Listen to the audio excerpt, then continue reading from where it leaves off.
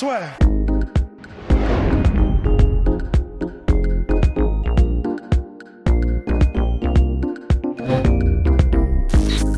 Quand tu vois le tank que c'est devenu à la fin, c'est. Les trapèzes qu'il avait. Mais c'est surtout en plus que ça a été en quelques années, je crois. Enfin, Ouais, la oui. transition, elle s'est faite.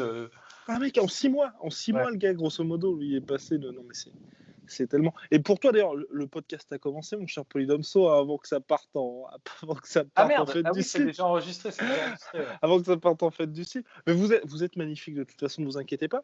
On parlait justement des ventes de Holyfield. Pour toi, c'est quoi? C'est que il y a une limite, on va dire, physique pour les mecs, ou c'est quoi? Parce que mine de rien, quand il était tanké, Il était tanké de ouf. Après, je sais pas, parce que tout ça, c'est de l'à peu près, oui. c'est du feeling. T'as des mecs, par exemple, qui se sont pas déshonorés en heavyweight et qui pourtant n'étaient pas du tout des heavyweight à la base. Tu prends un mec comme James Toney, il est monté jusqu'en heavyweight et pourtant il a commencé sa carrière, je sais même pas si c'était en poids moyen ou même en dessous. Enfin bref, t'as des gens, ils font un yo-yo assez énorme et t'en as d'autres, ils sont un peu. Après, je pense que le truc qui joue, au-delà des limites physiques évidentes, hein, c'est sûr que si t'as l'IMC d'un phasme, tu vas pas monter en heavyweight comme ça. Mais au-delà de ça, c'est-à-dire dans une fenêtre, on va dire, de progression qui serait ouverte, on pourrait dire, le truc aussi qui joue, c'est ton style de combattant. Je pense qu'il y a certains styles de combattants qui permettent de bouger jusqu'en poids lourd, tu prends, et même de monter dans plein de catégories. Tu prends un mec comme Roy Jones Jr. par exemple, le mec, comme il était ultra évasif et qu'il prenait pas trop de coups, il a pu vraiment monter et être très efficace sur des catégories qui étaient plus élevées. Tandis que tu as des gars, comme ils sont un peu plus rentre-dedans et tout, ça se prête moins en fait à une montée. Enfin, s'il n'y a pas une montée en musculature et qu'il n'y a pas en fait la génétique qui le permet, je pense qu'ils vont tout droit au casse-pipe, quoi. Ça c'est clair, quoi. Ouais, et puis mine de rien, il y a les guerres.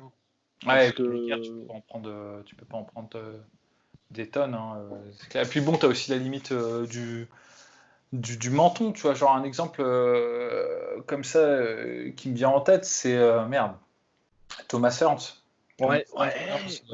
Qui a monté en catégorie, qui était très bon techniquement, redoutable puncher, excellent puncher, mais surtout quand il a commencé à perdre et tout, c'était son menton qui allait pas, quoi. Tu vois, qui allait pas. Après, il était beaucoup plus vieux aussi. Ouais, mais il n'était pas aussi adapté en fait aux catégories. Pour moi, le match qui montre bien ça, c'est son match contre Marvin Hagler, quoi. Ouais. Où tu sens qu'il y a une différence parce que Marvin Hagler, il est tout le temps resté dans la même catégorie et c'est un mec naturellement, c'est un poids moyen, quoi. Tu vois, c'est vraiment ça. Il était assez fort pour la catégorie. Tandis que Thomas Hearns, c'est un peu plus, tu vois, il a un physique un peu plus longiligne, un peu plus réduit en termes de, on va dire, de poids et d'épaisseur. Même dans sa structure, tu vois, je pense, après, tu vois, tout ça, c'est du nez, et tu sens que la guerre, il a le punch, hein, parce qu'il secoue Marvin Hagler, il n'y a pas de problème, mais dès qu'il commence à prendre des coups, c'est pas du tout les mêmes effets sur les deux boxeurs, quoi. Et d'ailleurs, mon cher Polydomso, ce combat qui a fêté ses 35 ans le 16 avril dernier, est-ce que pour toi, c'est le plus grand combat de boxe de l'histoire? Parce que on rappelle, hein, c'est 3 rounds, un premier round absolument dantesque.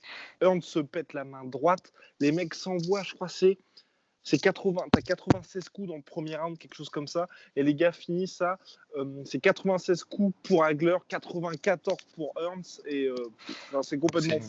C'est une guerre.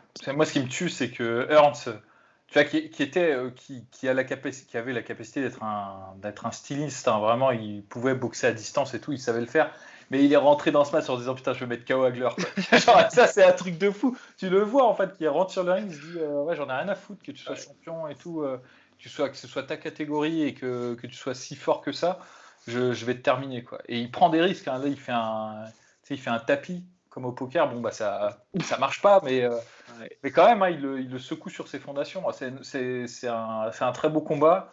Très belle même si c'est que 3 rounds, très belle performance de Hearns contre peut-être un des meilleurs poids moyens de tous les temps. Donc, mais c'est ça qui est ouf. Les deux étaient dans leur prime, t'avais tout qui était en jeu, et les mecs, ils sont vraiment allés.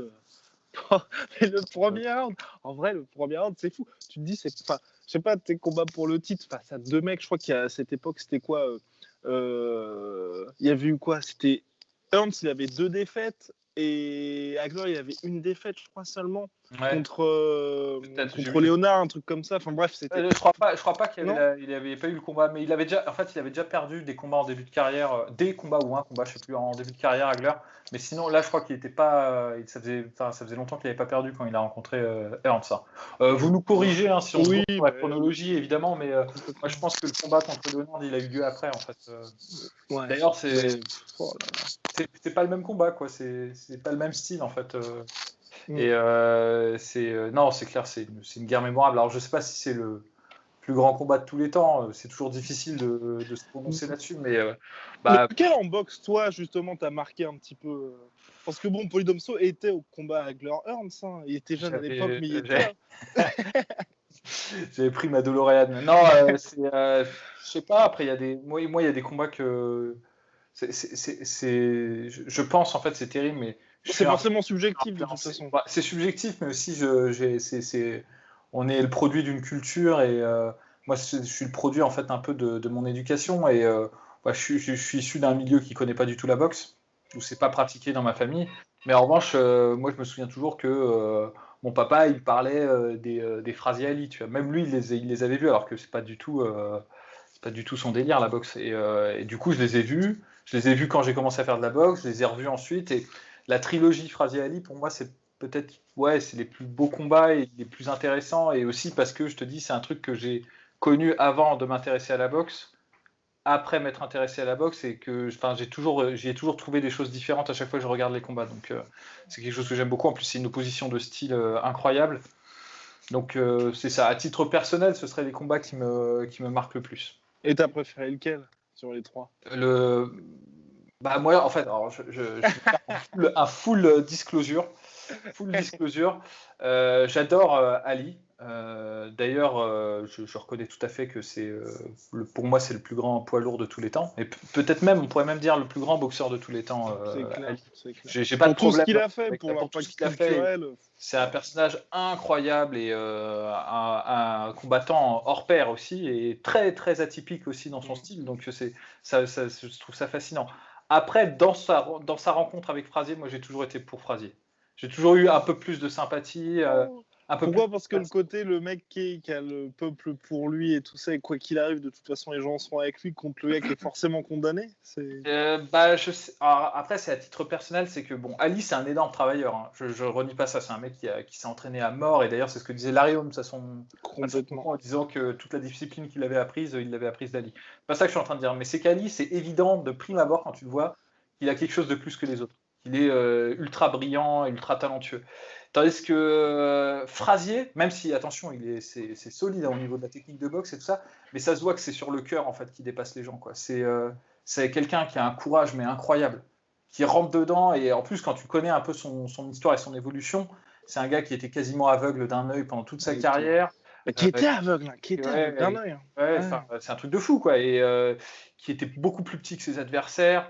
Pas forcément très très volumineux, très très gros, mais bon, une endurance incroyable, un cœur incroyable, et finalement, moi je sais pas, ça me touche plus, j'entre plus en résonance avec ça, surtout dans une opposition contre un génie, quoi, en fait. Moi c'est ça qui me fascine dans les oppositions Frazier-Ali, c'est que Ali c'est un génie, et Frazier arrive quand même à le battre, et c'est Frazier qui lui a donné ses combats les plus durs à Ali, en fait. Hein, ça c'est clair.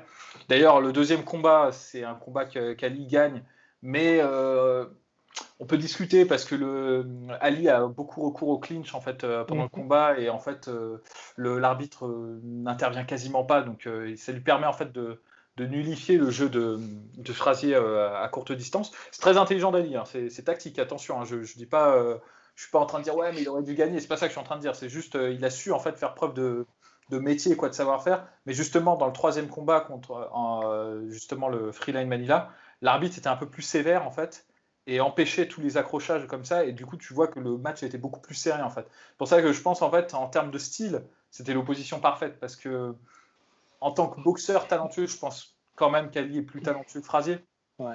Je trouve que le style de Frazier rentrait très bien dans celui d'Ali, en fait. Et donc c'est pour ça que c'est fascinant. C'est lequel? C'est Freeline Manila où il se fait fermer l'œil, l'autre œil justement? C'est Freeline Manila, ouais.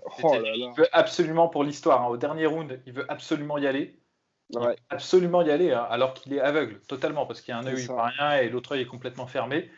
Et c'est Angelo Dundee. Non, c'est pas Angelo Dundee, c'est l'autre. Angelo Dundee, c'est Ali. C'est Ali. Merde, j'ai oublié son nom. Il est très connu, son entraîneur en plus. Bon, bah, vous le trouverez. Qui dit non, vas-y, t'y vas pas. Et donc, du coup, arrête dans le coin, en fait.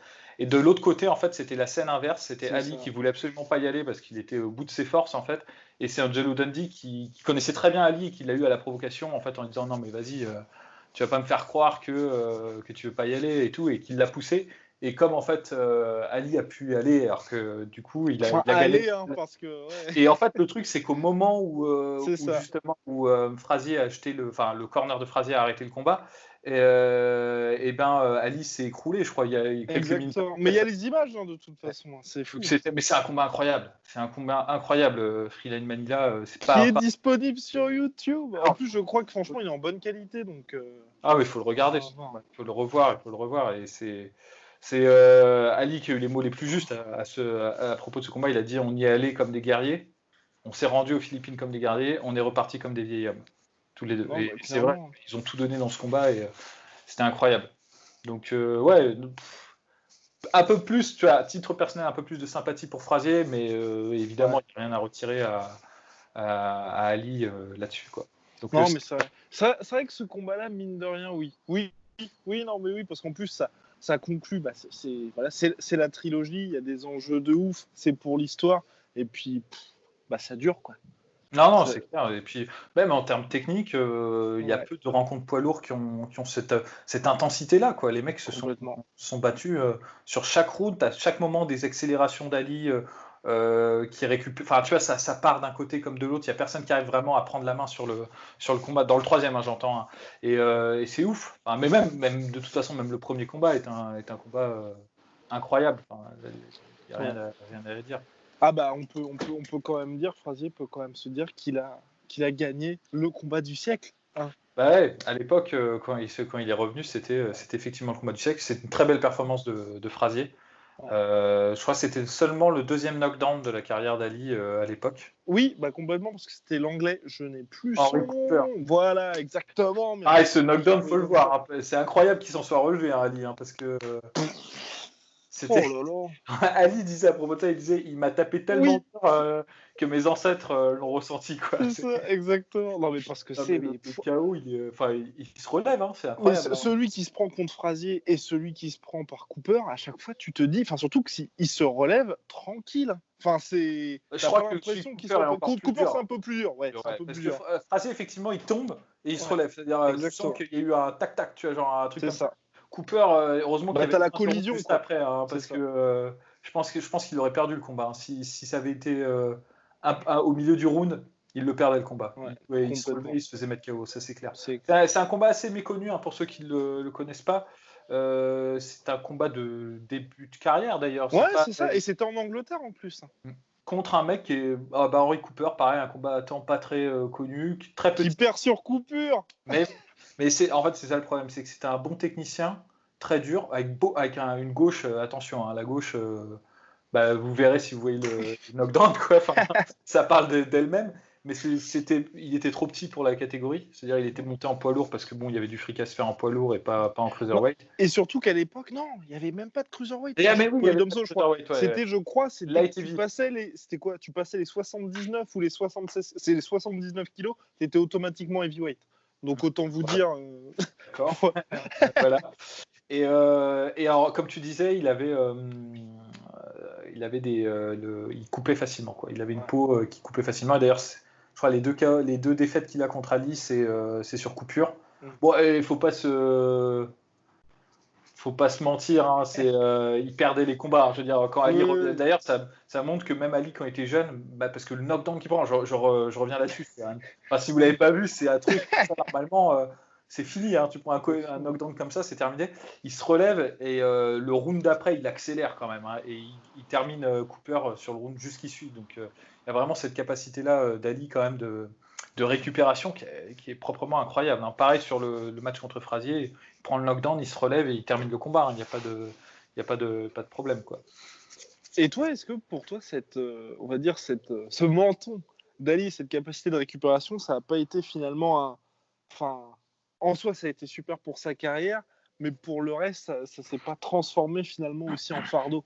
Parce que c'est vrai qu'il y a énormément de combats, surtout sur la fin, où il a pris même, en soi, même le premier combat contre Frazier, le tout dernier round, oh là là là là là là, Ouais, mais il alors, prend. en fait, le truc, c'est que moi, je trouve que ce qu'a eu Ali, finalement, c'est l'évolution la plus idéale qu'on puisse prendre pour quelqu'un qui a un bon menton. C'est que il a eu à puiser sur son menton qu'en deuxième partie de carrière, quoi. C'est ce qui lui a permis Complètement, d'avoir cette longévité. C'est-à-dire que c'est sur clair. ses premiers combats, il prenait quasiment pas de coups. Là, Non, on c'est clair. Là, on s'esclave. parle de l'après guerre Ouais. du Vietnam. Enfin, Non, c'est après pause forcée. l'arrêt de césure, ouais. Parce Ouais. que à part Cooper justement et tout, bah, il n'a pas pris énormément de coups. Même son combat contre Liston, il a presque Ouais. pas pris. Enfin, ses deux combats contre Liston, il a presque quasiment pas pris de coups durs, on va dire, contre pourtant un des plus gros punchers. Et donc, du coup, il a préservé son menton assez longtemps et il s'est avéré, quand il a eu besoin de son menton, qu'il était là. Donc, ça, c'est cool. C'est ce qui lui a permis de gagner plusieurs fois le titre et tout. Enfin, sinon, il n'aurait pas eu la carrière qu'il a eue. Après, c'est vrai que bon, bah, c'est toujours on en parlait, quoi. Je veux dire, c'est jamais bon de prendre des coups. Mais honnêtement, c'est ce qui lui a permis de gagner des combats qu'il n'aurait pas gagné, je pense. Enfin, je veux dire, son combat, par exemple, contre Foreman, il l'a gagné parce qu'il avait cette capacité d'encaissement, hein. Je veux dire.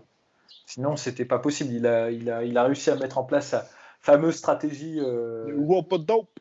dope, très connue. Alors pour ceux qui ne savent pas, c'est juste en fait de laisser l'adversaire s'épuiser pendant que tu bénéficies en fait de la flexibilité des cordes pour pas prendre les chocs, mais plein pot Cintiq. Bon, autant vous dire que c'est plus facile à dire qu'à faire quand même. Ouais, ouais, faut quand même l'assumer comme stratégie, hein. Surtout quand tu la mets en place contre Foreman, qui est un des mecs les plus flippants du monde en termes de punch. Mais ça a fonctionné contre Foreman. Ça a fonctionné contre Foreman et ça a fonctionné contre même d'autres adversaires, quoi. Et bon, mais en revanche, je pense que ça ne marchait pas contre un mec comme Frazier, par exemple. Parce Ouais. que Frazier, le truc, c'est que Et il avait essayé, ouais. il avait Il a essayé, mais à la essayé. différence de Foreman, c'était un énorme puncher et c'était un bon technicien, il faut pas le nier, mais c'était pas le mec qui savait très bien travailler à l'intérieur, quoi. Il arrivait à te choper sur des uppercuts et tout quand il combattait des adversaires un peu plus petits que lui, mais il n'avait pas ce savoir-faire de travail au corps qu'a Frazier. Frazier, vraiment, c'est peut-être un des meilleurs in-fighters qui soit à ce niveau-là, quand il commence à travailler au niveau du foie, des reins et qu'il remonte. Enfin, tu regardes le premier match Frazier-Ali, les premiers rounds, Frazier, il ne touche quasiment qu'au corps. Mais au fur et à mesure, ça s'accumule et à la fin, tu te dis, les derniers rounds, bah, il touche quasiment. Enfin, toute la mobilité d'Ali est partie parce que justement, les coups que tu prends au corps, c'est des coups que tu transportes avec toi pendant le combat. Exactement. Ça s'accumule et à un moment donné, bah, laisse tomber, quoi. T'as plus tes jambes, t'as plus rien, t'as tout ton système qui est shut down, quoi, pour dire. Et donc après, bah, t'es une cible. Surtout pour un mec comme Ali, tu vois, qui a une technique qui est unique à Ali. Il n'y a que Ali qui boxe comme ça et qui est tu sais, par exemple, de faire beaucoup de retraits de buste, d'avoir les mains assez basses et tout. Ça, c'est un truc, tu vois pas ça en heavyweight, Ouais. quoi. C'est quasiment impossible. Et en fait, c'est possible, c'est permis et il a pu faire tout son succès parce qu'il est extraordinairement mobile, qu'il a un sens incroyable de la distance et des réflexes, tu vois. Mais tout ça, ça se base sur la vitesse et sur les déplacements. Et quand tu t'es pris 3 rounds ou 4 rounds de Frazier qui te travaillent au corps contre les cordes, bah, tu peux plus faire ça, quoi. Tu vois. Mais bon, c'est quand même proprement incroyable, quoi, d'avoir cette capacité d'encaissement par rapport à Foreman, pour revenir sur ce combat. Et avec des si, mon cher Polydomso, parce que quand même, comme Mike Tyson, on peut dire que Ali, on n'a pas pu le voir dans ses années de prime finalement. Bah, Est-ce on a perdu. est-ce que tu penses qu'on a vraiment, et là la question c'est, est-ce que tu penses qu'on a vraiment perdu, ou est-ce qu'au contraire, tu vois, s'il n'y avait pas eu cette pause, il n'aurait pas pu se réinventer, il aurait fini justement par se faire prendre par les heavyweights qui étaient plus lourds que lui, qui étaient, tu vois, enfin, tu sais Moi, que je t'es pas pense. cet avant-après, tu vois. Là, tu vois, on en discute et tu apportes de l'eau à mon moulin parce que moi personnellement, c'est ce que je pense. Mais honnêtement, et je dis pas ça du tout pour me vanter ou essayer de sortir par esprit de contradiction, mais je suis pas certain que mon point de vue soit partagé par beaucoup de gens.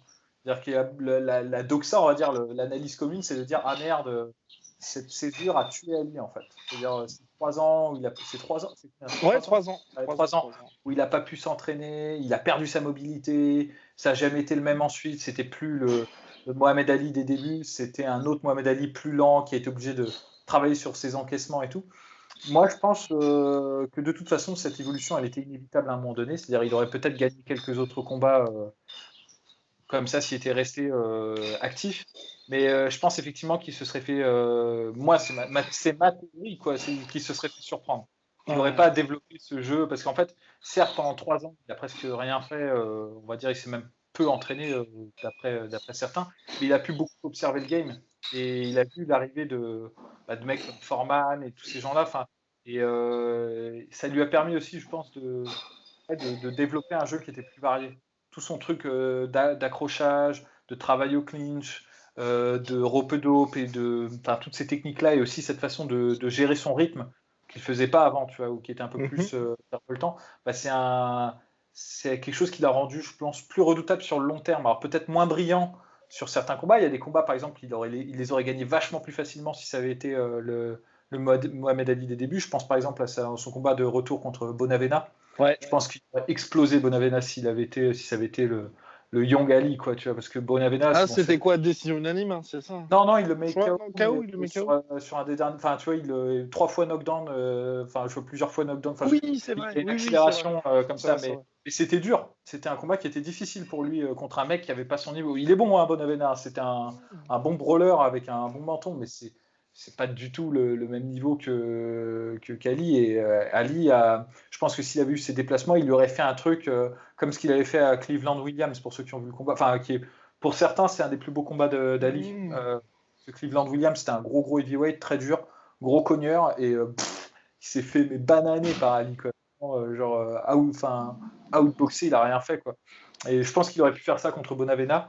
Après, moi, je pense que si tu prends, en revanche, si tu prends le Prime Ali tel qu'il combattait quand il était jeune et que tu le mets contre Foreman, je pense qu'il aurait perdu. Ouais. Ou même contre Frazier, je pense qu'il n'aurait pas été capable de faire ce qu'il a fait. Surmonter tout ça. Ouais. Ouais, non, Mais après, c'est complètement. mon avis, hein, c'est juste ça, Ouais. c'est de l'impression, quoi. Tu vois, Non, mais c'est clair, bah, de toute façon, on voit, il y a la plupart des grands, entre guillemets, au bout d'un moment, on va dire, quand tu te bases uniquement sur les qualités physiques et athlétiques, bah, quand forcément, toi, tu es un petit peu en déclin et que tu as les autres qui montent, il faut que tu trouves autre chose, hein. Hmm. Donc, on a pu le voir avec Floyd Mayweather, par exemple. Au bout d'un moment, tu peux pas dire qu'il faut juste se baser sur la vitesse et tout, sinon c'est game over. Bien, mon cher Polydamso, on va pouvoir passer aux recommandations. Ah, on repasse aux recommandations, on fait pas des questions, enfin, ou. Hey, no question, mon cher Polydamso. No question. No question, parce qu'en fait, là, je suis sur mon portable, mon cher Ah oui, Polydamso. chaud, chaud. Eh oui, chaud, chaud, Chaud. chaud. Chaud les Bah écoute, marrons. en recommandation combat, c'est pas très créatif en ce moment, mais je trouve qu'ils sont intéressants quand même ces combats. Ne serait-ce que pour voir l'évolution du sport. On va repasser en MMA. L'UFC, la chaîne de l'UFC a posté là récemment les premiers ou deuxième combats, enfin je sais plus, bref. Oui, les premiers à chaque fois des grosses stars. Ouais, Ouais, c'est Chuck Liddell, Tito Ortiz. ah oui, pardon. Ouais, non, non, c'est moi qui t'ai induit en erreur. Et donc, du coup, ça vaut le coup de regarder pour voir comment en fait le sport a vraiment évolué. Même si c'est des bons combats, mais c'est assez incroyable, quoi. Moi, j'avais pas ce souvenir-là, en fait. Ben, techniquement, enfin, enfin, mettez bout à bout, regardez Tito Ortiz, Lidl, et ensuite regardez John Jones, Daniel Cormier 2. Voilà, c'est ça. Et c'est la même catégorie, et c'est juste Ouais. incroyable. Et pourtant, tu vois, par exemple, Daniel Cormier, il a quel âge? Il a 41 40 ans ans. 40 piges, ouais. 40. 40, ouais, 41 ans, il va avoir 41. Voilà. Il a 41, mon cher Polydamso. Et Tito Ortiz, il a quel âge? Je sais pas, mais bref, Mais pas beaucoup plus en pas plus. beaucoup Il a plus. genre 42, quelque chose comme ça. Ouais. C'est pour ça, tu vois, et pourtant c'est incroyable. Mais c'est juste que Tito Ortiz a commencé bien avant, et donc du coup il est d'une génération de fighters précédents. Mais c'est fou la vitesse à laquelle ça évolue, quoi. C'est assez incroyable. Donc ça vaut le coup, moi je pense, d'un point de vue historique, ça vaut le coup de les regarder ces matchs-là. Puis en plus c'est intéressant, quoi. C'est des bons matchs. Oh là là. Voilà. Et Et pour la culture. culture. En ce moment, je regarde beaucoup parce qu'on a le temps et que c'est cool d'avoir du temps à tuer. Je regarde beaucoup de la chaîne Bass Battles et Kings and Generals. C'est donc Rois et Généraux et Oui, Bass Battle. C'est anglophone, hélas, mais bon, une nouvelle fois. ça se comprend Oui. facilement. Vous mettez les sous-titres. Et puis ça vous permet de travailler votre anglais aussi. Et en fait, c'est juste. Alors, Bass Battle, c'est vraiment une chaîne qui se concentre sur des grandes batailles historiques et qui refait le développement, le déroulement et tout. Donc c'est très rapide, hein, c'est des vidéos qui font 15 minutes et tout. C'est vachement bien, c'est bien expliqué et tout, c'est très intéressant. Moi, j'adore l'histoire, donc ça me passionne. Et Kings in General, c'est sensiblement la même chose, mais il a aussi des formats un peu plus longs. Il va parler de certaines choses, de certains moments historiques, et ça couvre plein de trucs. Hein. Par exemple, tu as les campagnes d'Alexandre le Grand, ça va jusqu'aux campagnes de Napoléon, enfin, c'est génial. Donc c'est une mine, c'est des chaînes qui sont vachement bien faites. Le travail est cool, et puis bah, si ça vous intéresse l'histoire, c'est un go-to, et si ça vous intéresse pas, bah, essayez quand même, ça peut être marrant. Et c'est validé et approuvé par Rust aussi. Également. Voilà, ouais. Le tampon Rust qui. Exactement. Tout choix de bonne aloi. Et voilà. Et bah formidable. Et bah mon cher Polydomso, bah c'était super. D'ailleurs, shout out to my putain, moins 40% code de la sueur. On peut parler de quoi, tiens, la prochaine fois? J'ai envie qu'on parle de boxe, mon cher Polydomso. Ah ouais? Bah écoute, ouais. Je sais pas, il n'y a pas des questions box, c'est simple de rebondir sur. Les questions box, alors il y a quelqu'un, c'est parce que justement il y a quelqu'un qui nous a demandé en commentaire de faire, c'était en réponse parce qu'il y a eu un article il y a pas longtemps sur Floyd Mayweather, en fait de parler justement de Floyd et de son héritage, parce que c'est vrai qu'on s'est surtout concentré sur les vieux de la vieille ces derniers temps. Ouais, bah oui, c'est ça. Le problème, c'est ça. Mais en plus, c'est un problème que moi je trouve vraiment très, très prégnant en fait avec la carrière de Floyd Mayweather.